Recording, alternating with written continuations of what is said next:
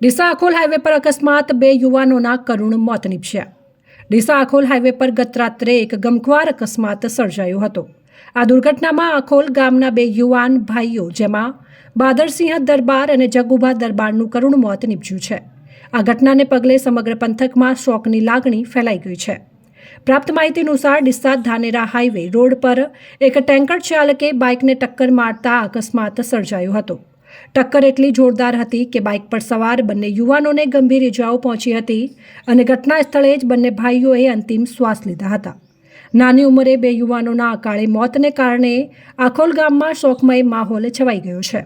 મૃતક બાદરસિંહ દરબાર અને જગુભા દરબારની ઉંમર ખૂબ જ નાની હોવાથી સમગ્ર ગામમાં ભારે ગમગીની જોવા મળી રહી છે। અકસ્માતની જાણ થતાં ડીસા તાલુકા પોલીસ તાત્કાલિક ઘટના સ્થળે પહોંચી હતી। પોલીસે તાત્કાલિક અસરથી અકસ્માતનો ગુનો નોંધી વધુ તપાસ હાથ ધરી છે। ઘટના સ્થળે લોકોના ટોળે ટોળા ઉમટી પડ્યા હતા। આ દુઃખદ ઘટનાએ સમગ્ર વિસ્તારને સ્તબ્ધ કરી દીધો છે અને 2 યુવાન જિંદગીઓના અકાળે અંતથી સૌ કોઈ દુઃખી છે।